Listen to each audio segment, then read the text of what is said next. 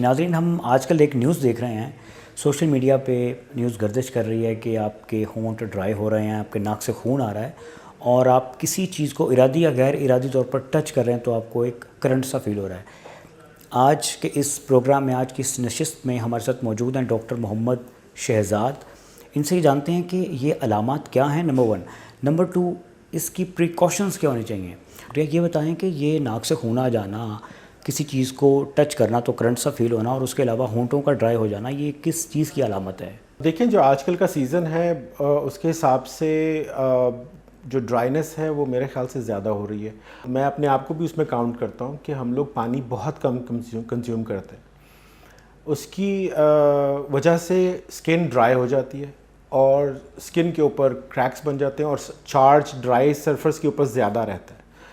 तो जब आप किसी चीज़ को टच करते हैं तो दैट चार्ज डिस्चार्जेस, वो एकदम निकलता है और किसी भी मेटल पार्टिकल को आप टच करेंगे, मेटल एलिमेंट को, दरवाज़ा हो गया गाड़ी का या दरवाजे की नॉब हो गई घर की, वो फ़ौरन डिस्चार्ज होगा और आपको एक स्टैटिक शॉक मिलता है।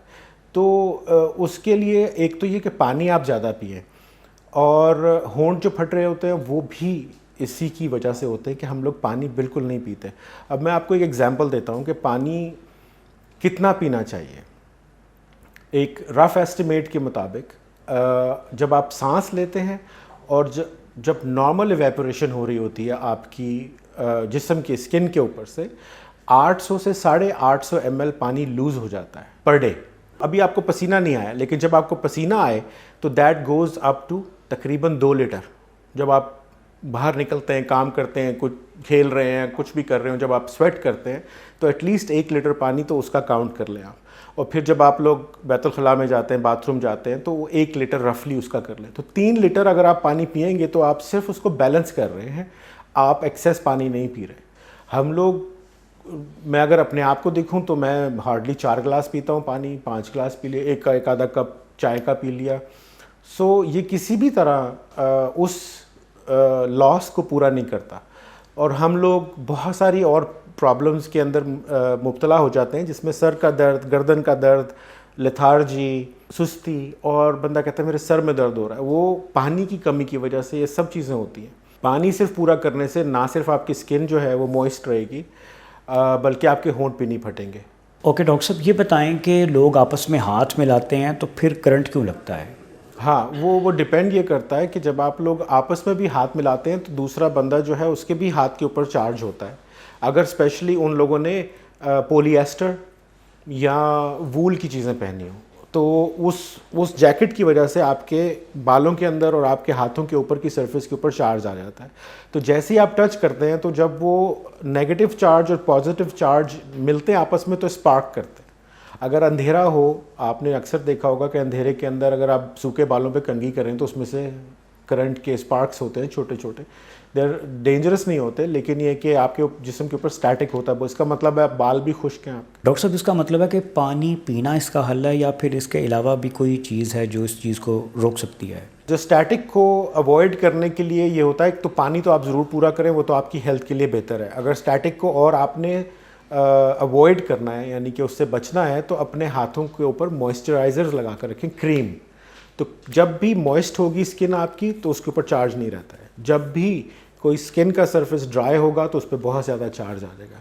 कभी भी गीली स्किन के ऊपर चार्ज नहीं रहता जिस्म का, वो फ़ौरन निकल जाता है। जो बॉडी में चार्ज है वो हाथ के ज़रिए निकलता है या बॉडी के किसी भी पार्ट से वो निकल सकता है? मोस्टली हाथों से निकलता है, क्योंकि पाँव कवर्ड होते हैं मोस्टली।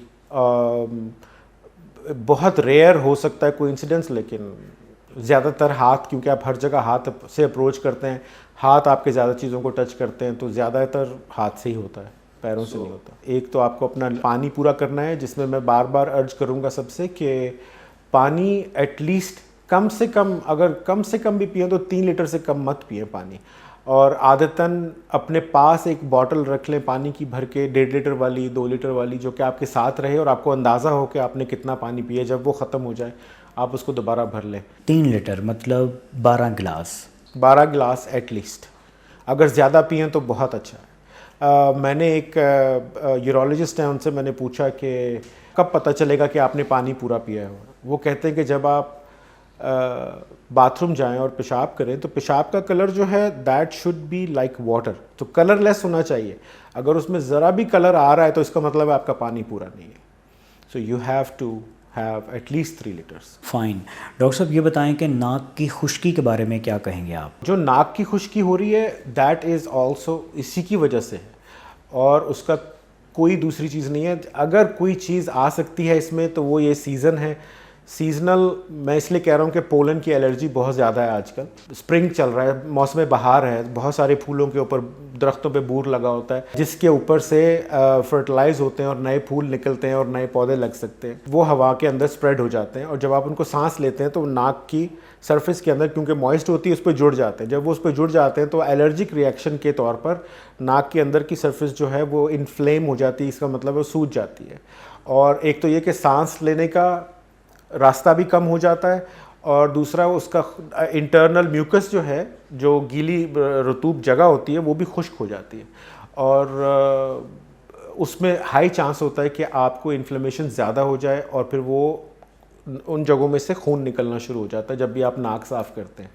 तो इन सब की जड़ जो है वो सिर्फ़ और सिर्फ पानी को ज़्यादा करना है अपना, और हाथों की सरफेस जो करंट पड़ रहे हैं, जो स्टैटिक शॉक पड़ रहे हैं, वो सिर्फ आप क्रीम लगा के पूरा कर सकते हैं।